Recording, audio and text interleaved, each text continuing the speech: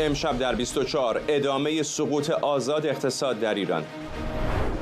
دلار از 126,000 تومان هم عبور کرد. سکه از 132 میلیون هم گذشت. نگرانی از موج تازه گرانی‌ها با اجرای قیمت جدید بنزین. فیلم یک تصادف ساده نامزد 4 جایزه گلدن گلوب شد. جعفر پناهی بعد از بردن نخل طلا در کن با 4 نامزدی در آستانه تاریخ سازی در گلدن گلوب. هشدار تازه کیف برای پایان جنگ با روسیه. زلنسکی میگه برای رسیدن به آتشبس اوکراین، اروپا و آمریکا باید متحد باشند.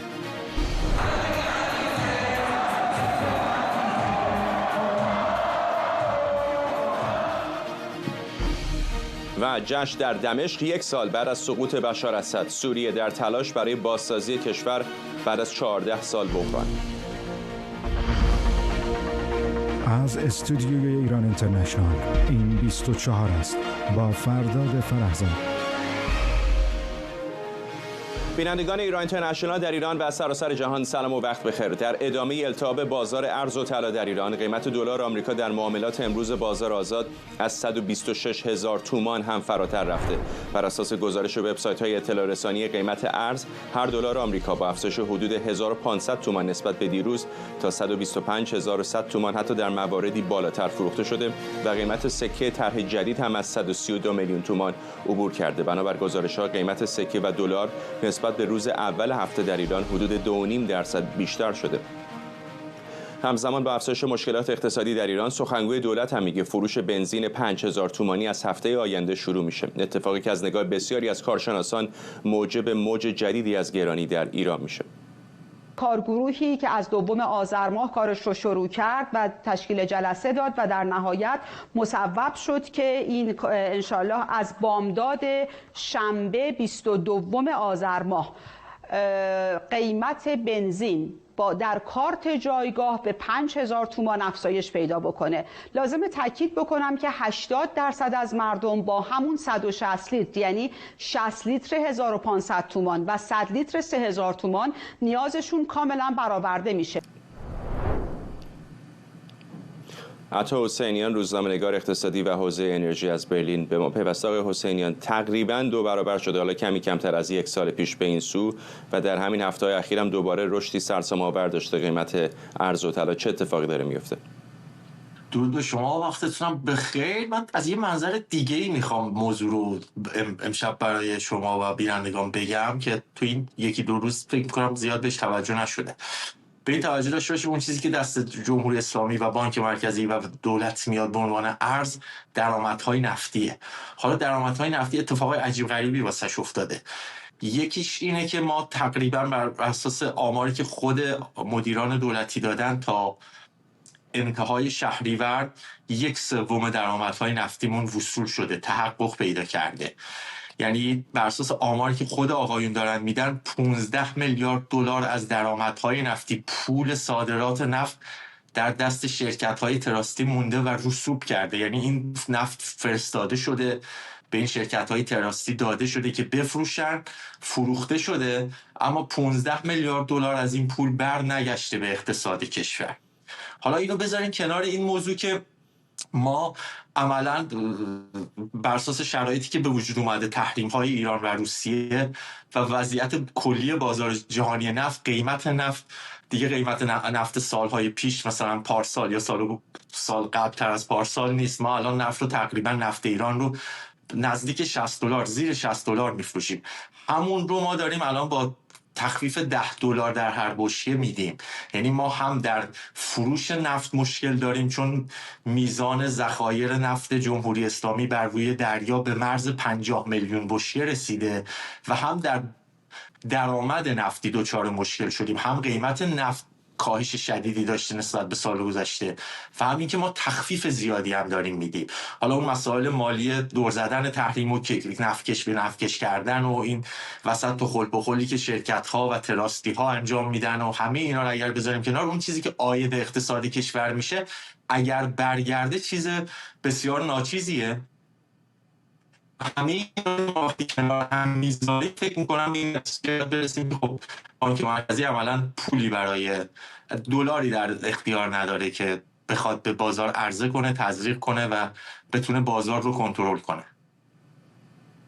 آقای حسینی لطفاً با ما بمونید. میخوام چند تا از این پیامایی که مخاطبان ایران اینترنشنال برای ما فرستادن در مورد این وضعیت گرانی رو هم پخش بکنیم.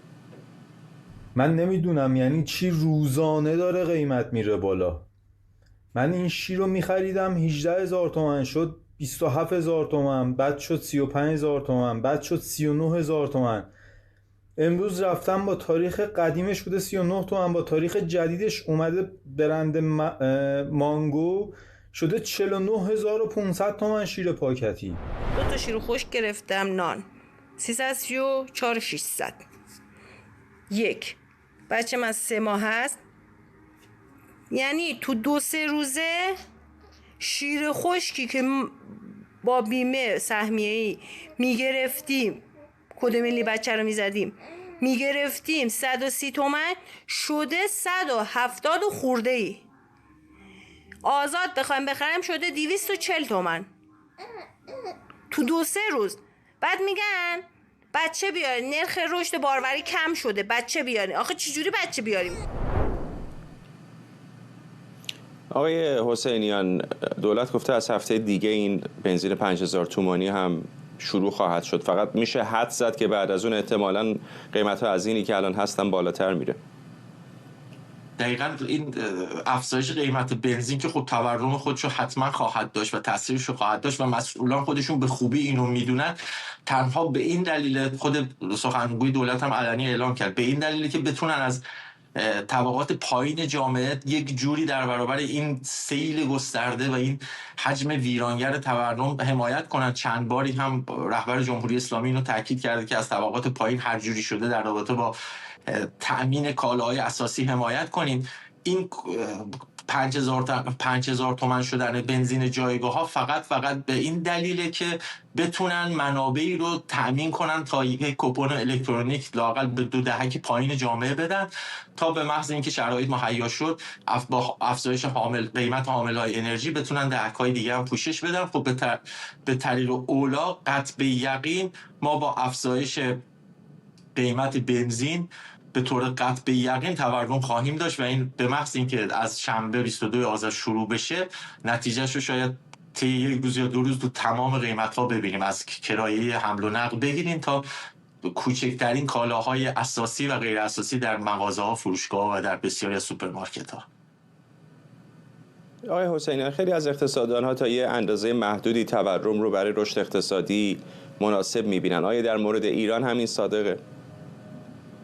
این در رابطه با بسیاری از کشورها این خب آره معتقدن اقتصاددانان که تورم باعث رشد صادرات میشه، یعنی صادر کنندگان تشویق میشن که هرچی بیشتر کالا رو صادر کنن. اما این تورمی که برای تو بسیاری از کشورها توصیه میشه در حد 2%، 3%، 4%، نه یک تورم 40%، 50% برای چندین سال متوالی.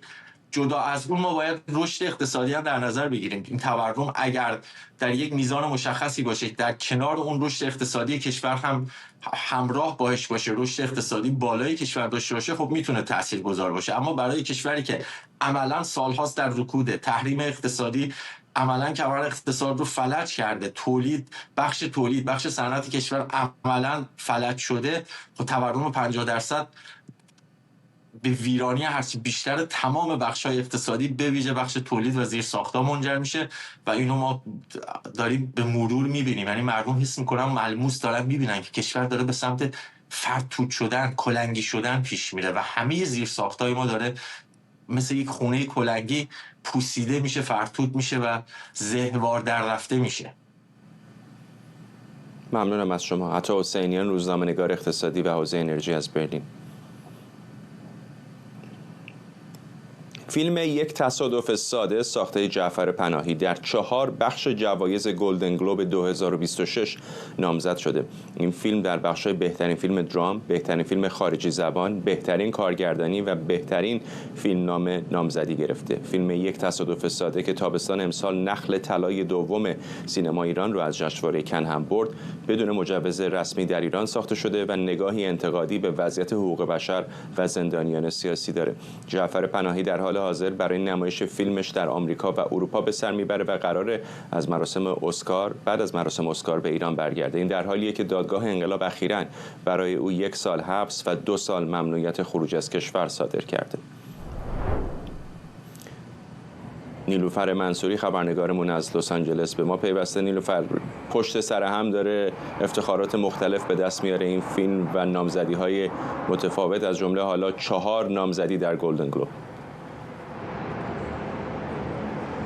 همینطور فرداد. خب این اتفاق خیلی درخشان و بزرگی برای سینمای ایران. این اولین باره که یک فیلم تونسته در یک جشنواره معتبری مثل گلدن گلوب در 4 بخش نامزد بشه، اون هم در بخش رقابت اصلی بست موشن پیکچر دراما که یعنی بهترین فیلم بخش اصلی.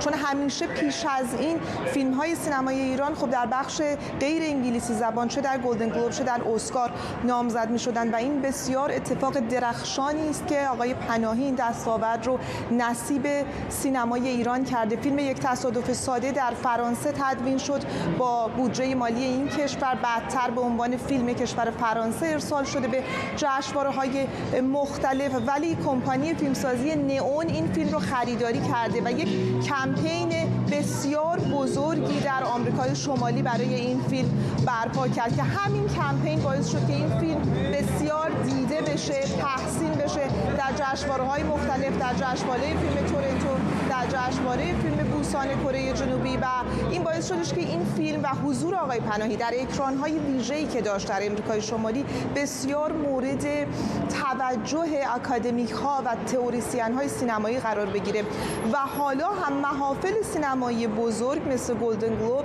به این دلیل این فیلم رو پر اهمیت می‌دونن، به دلیل کانتکستی که وجود داره. یعنی یک فیلمساز مستقل سالها ابزاری به عنوان ابزار سینما رو برای مبارزه با سانسور، مبارزه با تمامیت خواهی جمهوری اسلامی استفاده کرده و حالا این فیلم رو که به صورت زیرزمینی با سختی‌های فراوان تهیه شده درباره چنین موضوعی که همون در واقع شکنجه است و بازجویی‌هایی است که در دستگاه قضایی جمهوری اسلامی صورت می‌گیره، فیلم رو آورده بیرون و حالا با چنین اتهاماتی از توی دستگاه قضایی جمهوری اسلامی مواجه شده و گفته که با این وجود باز هم به ایران برمیگرده و همه اینها مورد توجه آکادمی‌های جهانی و فیلم و جشنواره‌های معتبر سینمایی هست که چنین سینماگری رو بخوان در چنین اشلی تحسین کنن و به او ارج بگذارن و حالا شاید موقعیت خوبیه که این فیلم رو بتونن بیش از پیش پررنگ نشون بدن.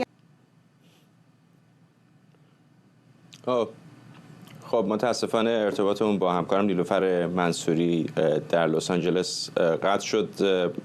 اگر بتونیم در ادامه برنامه با او صحبت خواهیم کرد. رئیس جمهوری اوکراین برای جلب حمایت اروپایی‌ها در موضوع طرح صلح پیشنهادی آمریکا در لندن با رهبران بریتانیا، فرانسه و آلمان دیدار کرده. این در شرایطی که او از سوی کاخ سفید برای پذیرش طرح آتش‌بس با روسیه زیر فشار زیادی قرار داره. نخست وزیر بریتانیا تایید کرده اوکراین خودش باید درباره مسائل مربوط به اوکراین تصمیم گیری کنه، اما زلنسکی میگه کیف بدون حمایت اروپا و آمریکا قادر به مدیریت اوضاع نیست.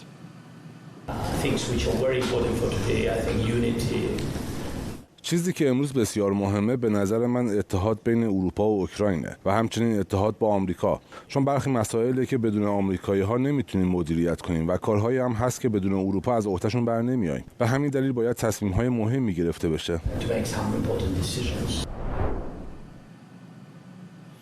خبرنگارمون آرش علایی از کنگره آمریکا به ما پیوسته. آرش، به نظر میرسه که نه اینکه شرایط پیچیده نبود اما پیچیده تر هم شده. آقای زلنسکی از همه طرف زیر فشار، به خصوص از سمت آمریکا برای پذیرش نوع توافق با روسیه. بله، و همونجور که تو گفتی این فشارها در 48 ساعت گذشته بیشتر هم شده است از طرف دولت ترامپ.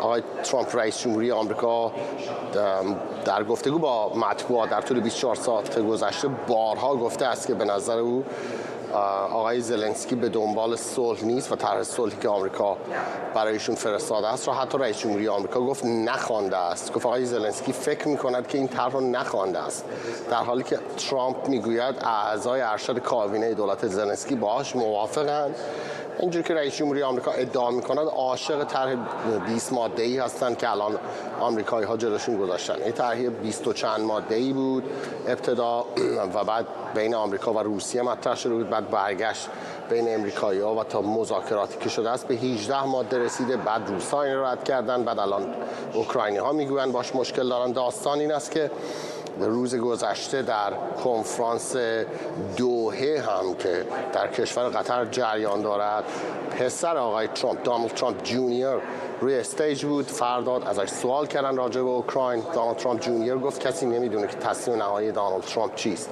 با این حال ایشون گوشزد کرد که یکی از گزینه‌های رئیس جمهوری آمریکا که به نظر ایشون هم به نظر پسرشون هم گزینه معتبری است، خروج از جریان صلح اوکراین است. بالکل ایشون گفت دلیلی نداره، آمریکا تلاش خودشو کرده است. بین این داستان از نظر دولت ترامپ، اونجوری که آقای دونالد ترامپ جونیور گفت، بین اروپایی هاست و اوکراین و اونها باید بنشینن سر یک میز با هم دیگر توافق بکنن، نه آمریکا. مسئله اصلی این است که بخشایی از این توافقی که آمریکا جلوی میز گذاشته است برای اینکه اوکراین قبول کند مورد قبول اوکراین نیست، مخصوصا اینکه روسیه میخواد قسمت‌های دیگری از منطقه دانباس واگذار بشود به روسیه، با اینکه این مناطق رو هنوز نتوانستن جزء قلمروی خودشون در بیاورن یا به صورت نظامی اشغال کنن. اوکراین میگوید یک وجب از خاکش رو هم به روسیه نخواهد داد. امریکایی‌ها میگویند یک سری از مواردی که وجود دارد به عنوان تضمین‌های امنیتی در این طرح 20 ماده‌ای تقویت شده است. با این حال الان هم شنیدید صحبت‌های ولودیمیر زلنسکی رئیس جمهوری اوکراین رو که سعی می‌کرد صحبت از اتحاد بکند. در طول چند روز گذشته، در طول یک هفته گذشته، مطبوعات اروپایی چند بار خبر دادند که برخی از رهبران اروپایی به خصوص امانوئل مکرون به آقای زلنسکی گفته است که آمریکایی‌ها در حال ترک کردن مذاکرات هستند یا از خنجر از پشت میزنند، صحبت‌هایی که بعداً امانوئل مکرون تکذیب کرد. اما همه اینها نشان می‌دهد که تنش‌ها بین اروپا، اتحادیه اروپا و آمریکا زیاد است. دولت ترامپ چند حرکتی رو انجام داده است که در تاریخ اتحاد ترانس اتلانتیک، اتحاد دو طرفه اقیانوس اطلس وجود نداشته. یکیش این است که مستقیم رفته است نشسته است با روسیه توافق کرده است. نه نماینده از اروپا وجود داشته است در اون جلسه، نه نماینده از اوکراین وجود داشته است. آقایان کوشنر و ویتکاف سفر کردند به روسیه، مستقیما با ولادیمیر پوتین و تیمش دیدار کردند و همین داستان ها مسائل زیاد، حواشی زیاد، فشارهای زیادی رو به وجود آورده است. با این حال طبق اون چیزی که دونالد ترامپ جونیور میگوید، هنوز کسی نمیتواند بگوید در سر آقای ترامپ چه میگذرد و مرحله بعدی برای دولت آمریکا چیست. ممنونم از تو همکارم آرش علایی از کنگره آمریکا. آرام حسامی، استاد علوم سیاسی کالج مونتگومری از مریلند به ما پیوسته. آقای حسامی، خیلی موقعیت سختی داره آقای زلنسکی. بزرگترین بحران به گمانم برای او اینه که اگر توافقی هم صورت بگیره چاره‌ای نخواهد داشت جز اینکه بخش قابل توجه از خاک اوکراین رو به فدراسیون روسیه بده. آیا در این دقیقه 90 گزینه دیگری برای زلنسکی باقی مونده؟ آیا اروپایی‌ها میتونن او رو در شرایط بهتری از اینی که از قرار بدن؟ خب این پرسش خیلی خوبیه. واقعا آدم نمیخواد خودش رو جای یک رئیس جمهوری بذاره که بعد از جنگ جهانی دوم مورد حمله یک کشوری قرار گرفته که الان زیاده خواهی هم میکنه و متاسفانه آمریکا که قرار بوده در واقع رهبر ناتو یا رهبر دنیای آزاد باشه با اون قلدر و متخاصم در واقع داره همراه میشه و من این حتی پروپوزال 20 ماده‌ای و 18 ماده‌ای رو خیلی یک طرفه میبینم. یک کشوری متخاصم که 3.5 برابر اوکراین جمعیت داره، شاید 15-16 برابر مساحت اوکراین رو داره و آرسنال اتمیش بسیار بسیار زیاده، شاید دومین آرسنال اتمی دنیا رو داره. تضمین امنیتی از یک کشور کوچیک میخواد و میخواد مثلا تعداد نظامیاش رو کم کنه یا محدود کنه یا بگه انتخابات آزاد برگزار کنید و از همه مهمتر داره دیکته میکنه که ناتو چجوری و اتحادیه اروپا چجوری رفتار کنه. خب اینجا به نظر میاد که همونجور که گفتید مسئله قلدری و توحش و قانون جنگل حکم فرماست.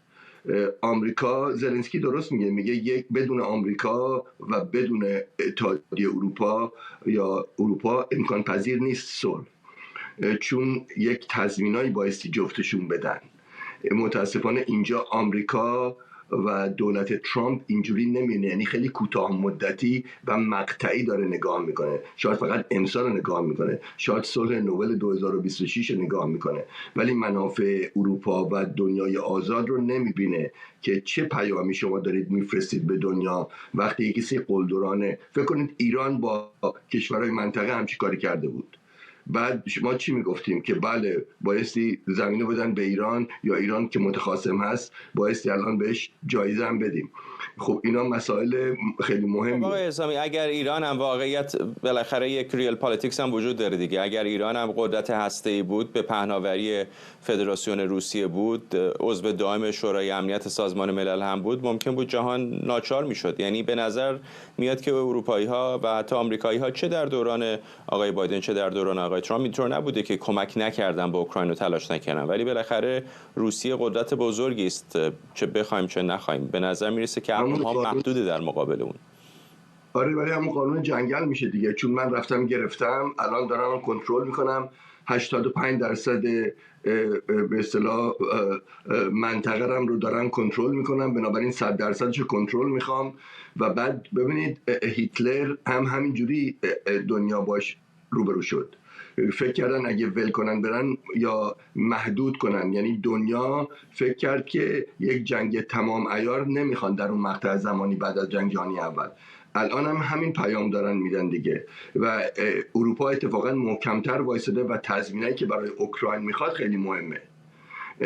بنابراین شاید شما بگی این واقعی اون که زورش میرسه داره انجام میده، ولی دیگه اون بحثی از اینکه عدالت و انصاف چی هست و قوانین بین المللی در این جنگ 3-4 ساله که الان داره میشه 4 سال، جنایت‌های جنگی بسیاری از طرف روسیه اعمال شده. خب یکی از این مفاد این قرارداد این است که اینا همه باید نادیده گرفته بشه. خب اگه شما آیا ضعیف نمی‌کنید اون تلاش‌های بین‌المللی حداقل 100 سال گذشته، اگه برگردیم به لیگ آف نیشن بعد از 1918، خب ایناست که مسئله از کوتاه مدت یا بلند مدت.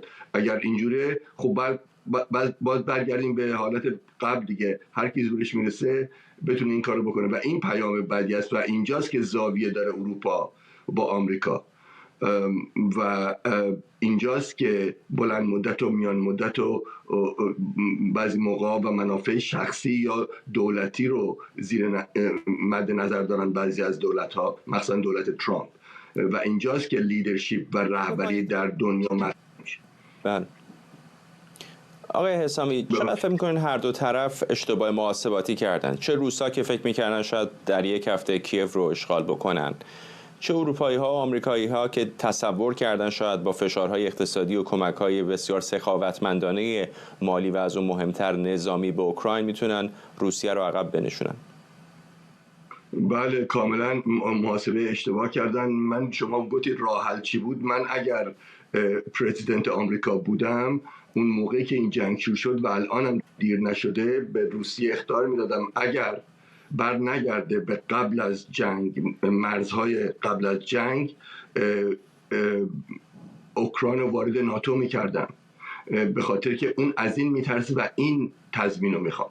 بنابراین محاسبه اشتباه و الان که به اینجا رسیدیم از موضع قدرته، ولی راهکار سیاسی برای این بایستی ارائه داده بشه. اینجاست که بله من فکر کنم اوکراین محاسبه اشتباه به نظر ولی میاد آقای حسامی اون تهدید هسته‌ای رو خیلی دست کم میگیرید. ورود یک کشور در جنگ، اولا که کشوری که درگیر جنگ است به همین راحتی نمیتونه همزمان با درگیر جنگ بودن عضو ناتو بشه، ولی با فرض اینم که حالا استثناء قائل میشدند و میذاشتن اوکراین وارد جنگ بشه، این یعنی درگیری مستقیم کشورهای هسته‌ای از جمله ایالات متحده آمریکا، بریتانیا و فرانسه با یک قدرت هسته‌ای نسبتا متخاصم دیگه مثل فدراسیون روسیه. من گفتم اینو به عنوان حربه استفاده کنن، یعنی در حقیقت اگر قرار مذاکره کنن، اگر این تخاصم ادامه پیدا کنه و که کرد بعد از 3-4 سال، اون موقع پست فاکتو میتونستن این کار انجام بدن. الان هم دیر نشده، به خاطر که من فکر نمی کنم مسئله حمله اتمی خودکشی کسی نمیخواد انجام بده، ولی الان مسئله نگوشیشن و مذاکره است. اون به عنوان حربه، اونی که اگر مسئله روسیه تضمین امنیتی برای منع گسترش ناتو بود و اگر به عنوان مثال میگم احساس خطر میکرد که ممکنه این ناتو قوی تر بشه، راههای خیلی دیگه ای بود که باعث میشد روبرو شد و حل کرد که قبل از که به اینجا برسه.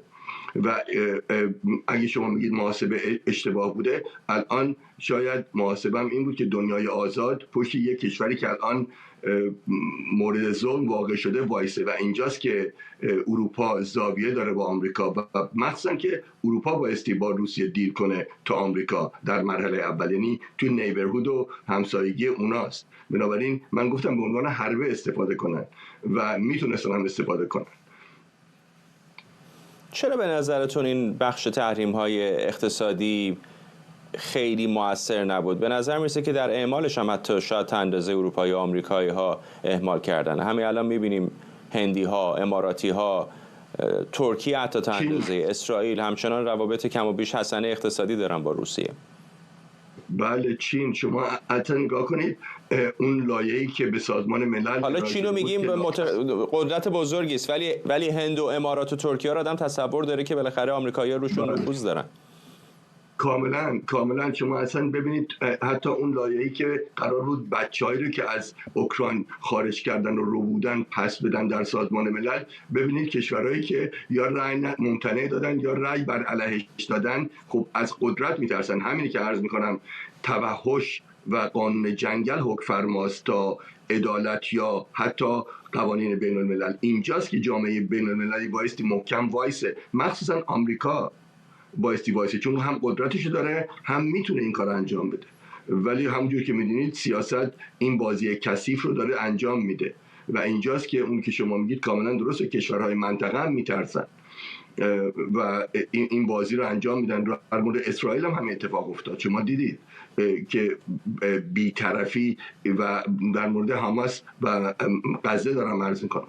بنابراین این متأسفانه بازی کثیفه. من فقط بحثم اینه در میان مدت اگر شما قوانین و سازوکارهایی که جامعه بین المللی در مدت 100 سال و به یه عبارتی در مدت 2000 سال روی میز گذاشته و باش زندگی کرده و بهترش کرده رو برگردیم دوباره به همون قانون جنگل. هر کسی میتونه بره اشغال کنه، عیبم نداره، جنایت جنگی رو نادیده بگیریم، سرزمین‌های اشغالی رو تحویل بدیم به خاطر که میترسیم از جنگ اتمی. این به نظر من فالس دایلماست، یک مغلطه است.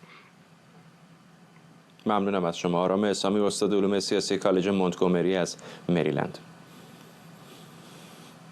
امروز شمار زیادی از مردم در سوریه سالروز سقوط حکومت بشار اسد رو جشن گرفتند. در یک سال گذشته رهبری جدید سوریه اقدامهایی رو برای تثبیت قدرت مدیریت روابط خارجی و ساماندهی ساختارهای امنیتی آغاز کرده. هرچند که به باور بسیاری از کارشناسان میزان موفقیت حاکمیت تازه دمشق روشن نیست، چرا که همزمان با ادامه اختلافات با نیروهای کرد در داخل سوریه و اسرائیل هم همچنان در مرزهای جنوبی درگیرند.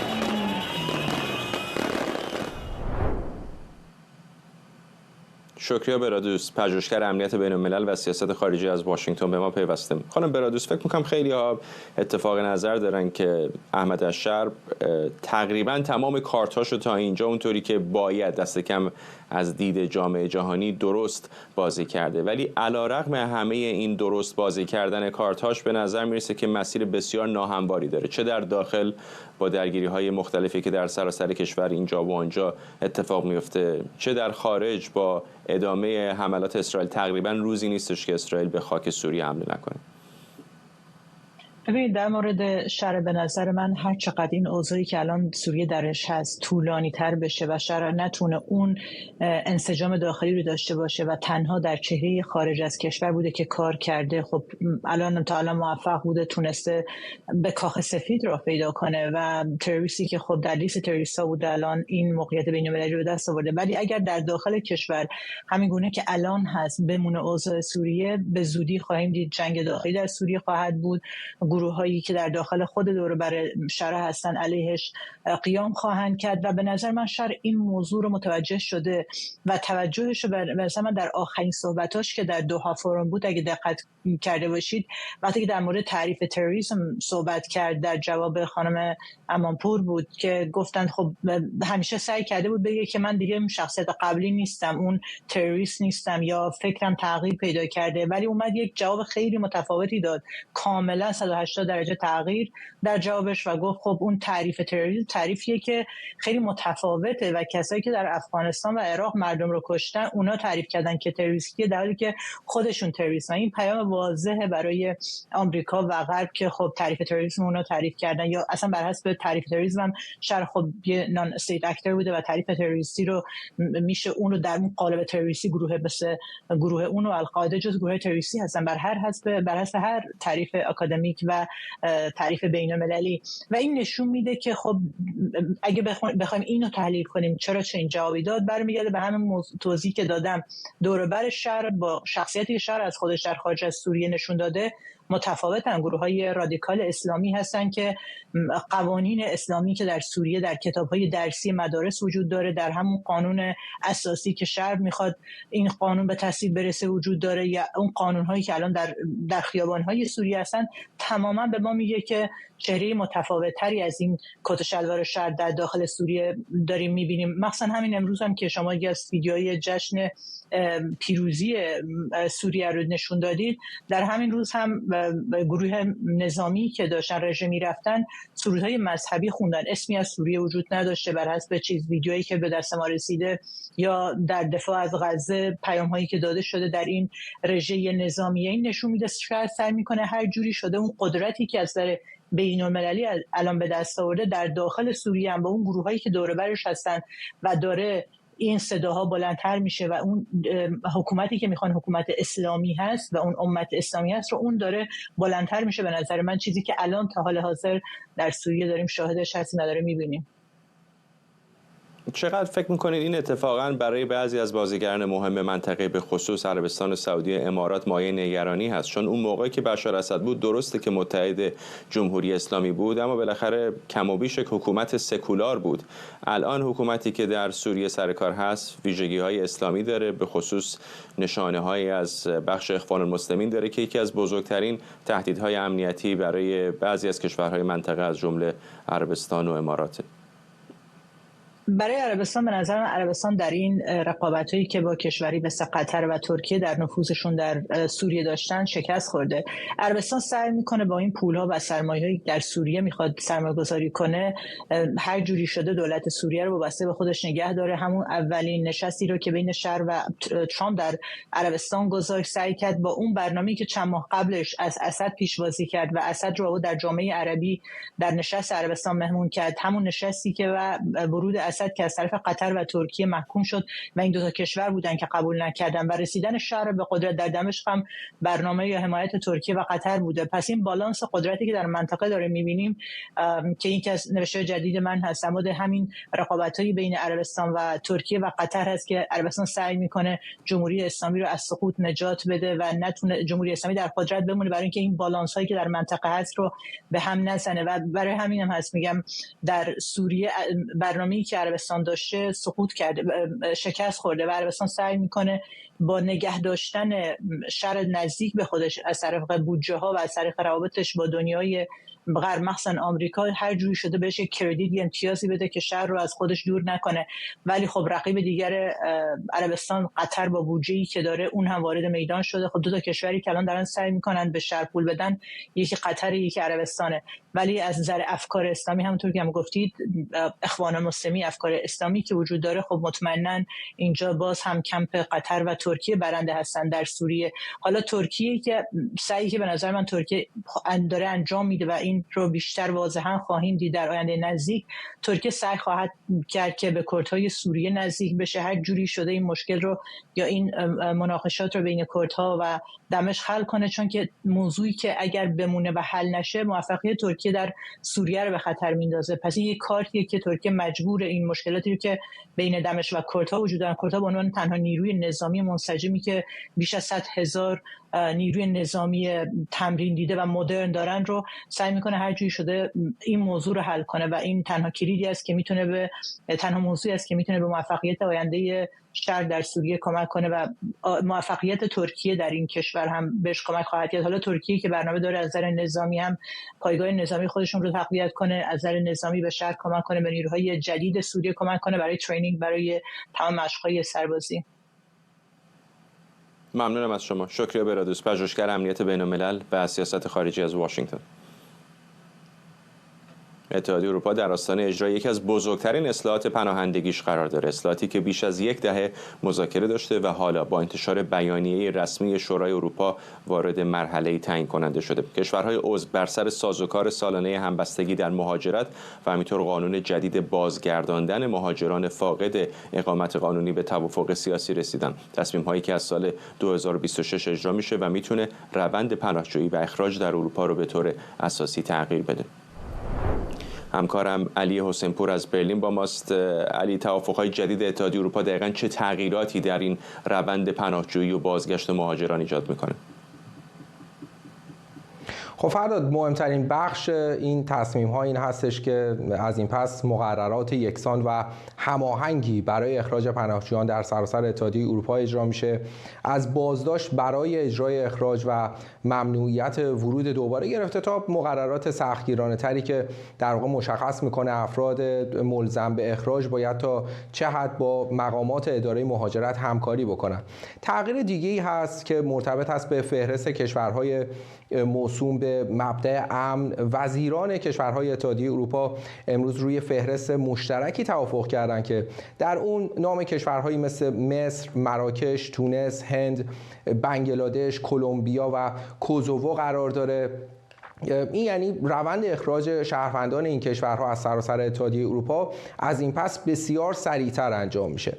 اما یکی دیگه از بحث برانگیزترین بخش‌های اصلاحات قوانین پناهندگی توافق هست بر سر مفهوم کشورهای ثالث امن. بر اساس این تصمیم متقاضیان پناهندگی که درخواستشون رد شده میتونن حتی بدون داشتن هیچ گونه ارتباط خانوادگی یا اجتماعی به چنین کشورهایی منتقل بشن. با این حال برخی کشورها این تصمیم رو یک نقطه عطفی میدونن، چرا که معتقد هستن با توجه به اینکه تا امروز فقط 1/4 افراد ملزم به خروج واقعا اتحادیه اروپا رو ترک کردن، با این روش میتونن در واقع روند اخراج ها رو آسان‌تر بکنن. در کنار این تصمیم ها هم وزیران کشورهای اتحادیه اروپا امروز در یک بخش مهم دیگه هم به توافق رسیدن، یعنی توزیع عادلانه تر افرادی که شانس واقعی دریافت پناهندگی رو دارن که قرار شده کشورهای عضو در قالب سازوکار همبستگی به 3 شکل مشارکت بکنن. یکی با پذیرش پناهجویان، دوم با پرداخت کمک‌های مالی یا با ارائه پشتیبانی‌هایی مثل تجهیزات یا نیروهای انسانی برای در واقع حفاظت از مرزها. بر این اساس برای نیمه دوم سال 2026 رقم 21,000 مورد اسکان مجدد یا معادل 420 میلیون یورو مشارکت مالی تعیین شده که طبق ارزیابی کمیسیون اتحادیه اروپا کشورهایی مثل یونان، ایتالیا، اسپانیا و قبرس که میدونیم فشار زیادی رو از سوی پناهندگان روی اونها در واقع وارد هست، بیشترین بهره رو از این سیستم خواهند برد. اما در مجموع این توافق‌های جدید نشون میده که اتحادیه اروپا داره به سمت اجرایی یکی از جامع‌ترین اصلاحات پناهندگی خودش حرکت میکنه، اصلاحاتی که میتونه روند رسیدگی به پرونده ها رو هم بازگشت افرادی که اجازه اقامت ندارن به شکل قابل توجهی تغییر بده و در نهایت هم بسیاری دیگه از کشورهای عضو هم قصد دارن استثناءهایی رو برای خودشون در این مقررات درخواست کنن و به همین دلیل هم انتظار میره این بحث‌ها در بروکسل همچنین ادامه داشته باشه و در هفته‌های اخیر هم در خصوص این روند در واقع اصلاح قوانین صحبت بیشتری بکنیم. ممنونم از تو. همکارم علی حسن‌پور از برلین با ما. دیوان عالی ایالات متحده بررسی فرمان اجرایی رئیس جمهوری آمریکا برای محدود کردن حق تابعیت از طریق تولد رو آغاز کرده، اقدامی که میتونه بر سرنوشت هزاران نوزاد و خانواده در هر سال تاثیر بذاره، اون هم در شرایطی که دونالد ترامپ به دنبال تغییر عمده در برداشت از قوانین اساسی ایالات متحده آمریکاست. زلمه آشنا گزارش میده. تجمع اعتراضی شهروندان امریکا مقابل استر محکمه. حق تابعیت بر اساس تولد را دستکاری نکنید. متمم 14 را دستکاری نکنید. شعارهای در اعتراض به دستور ترامپ مبنی بر لغو شهروندی بر مبنای تولد. حکمی که امریکایی های دو تابعیتی یا چند تابعیتی را ملزم می‌کند فقط شهروند ایالات متحده باشند یا از تابعیت امریکایی صرف نظر کنند. ما حالا می توانیم بدون تأخیر به عملی سازی چندین پالیسی که به طور نادرست در کشور متوقف شده بود اقدام کنیم. یکی از این موارد پایان دادن به تابعیت بر اساس تولد است. این موضوع از آغاز برای کودکان برده‌ها وضع شده بود، نه برای کسانی که می‌خواهند سیستم را دور بزنند و برای رخصتی وارد آمریکا شوند. صدها هزار نفر فقط به این دلیل به کشور ما می‌آیند. این دستور ترامپ با واکنش‌ها و مخالفت‌های شدیدی همراه شده و منتقدان آن را خلاف قانون اساسی دانستند، مخصوصاً متمم 14 بخشی که تضمین کننده تابعیت برای افراد متولد شده در ایالات متحده است و با قطعیت متولدین خاک امریکا را شهروندان ایالات متحده می‌داند. همه کسانی که در ایالات متحده امریکا تولد شده‌اند یا تابعیت آن را دارا هستند و شامل قوانین قضاییان می شوند، تبع ایالات متحده و ایالت محل زندگی آنها محسوب می شوند. با همه اعتراضات و مخالفت‌ها، حال استر محکمه موافقت کرده که قانونی بودن دستور ترامپ را بررسی کند. این اقدام نه تنها بر سرنوشت هزاران نوزاد متولد امریکا تاثیر می‌گذارد، بلکه می‌تواند شرایط زندگی هزاران خانواده را که این نوزادان بدون تابعیت در آن متولد می‌شوند دیگرگون کند. شاکیان این پرونده شامل دادستان‌های کل دموکرات از 22 ایالت، مدافعان حقوق مهاجران و مهاجران باردار هستند که میگویند اجرای شدن این فرمان سالانه بیش از 150,000 نوزاد را از دریافت تابعیت محروم خواهند کرد و سرنوشت خانواده‌هایشان را نیز تغییر خواهد داد. زلمه آشنا. ممنونم از شما که همراه برنامه 24 امشب بودید. بار دیگه خبر اول برنامه رو بهتون میگم. دلار آمریکا به آستانه 126,000 تومان رسیده، هرچند الان بازارهای اصلی در تهران بسته است، اما تتر که نشانه‌ای میتونه از قیمت دلار در بازار ایران باشه همون هولوش 126,000 تومان رو نشون میده. تقریبا هر چند دقیقه کمی هم بر اون افزوده میشه. خبر اصلی وبسایت ما هم همچنان همین خبر افزایش قیمت دلار هست. میدونید که همونطور که در ابتدای برنامه بهتون گفتم قرار هست از هفته آینده نرخ بنزین در ایران هم به 5,000 تومان برسه که فقط میشه حد زد با شروع افزایش قیمت بنزین در ایران قیمت بسیاری از کالاهای دیگر هم افزایش چشمگیری خواهد داشت. یکی از پربیننده ترین خبرهای وبسایت ما هست ایرانینتل.com. در کنار خبر نامزدی 4 جایزه گلدن گلوب برای فیلم یک تصادف ساده جعفر پناهی، هر دو اینها در صفحه اول وبسایت ما هست ایرانینتل.com. ممنونم که همراه ما بودید. این برنامه رو کمی دیرتر میتونید دوباره در یوتیوب ایران اینترنشنال هم ببینید و طبیعتاً کلیپ های اون رو هم در شبکه‌های اجتماعی ما دنبال کنید. تا برنامه بعدی، بدرود.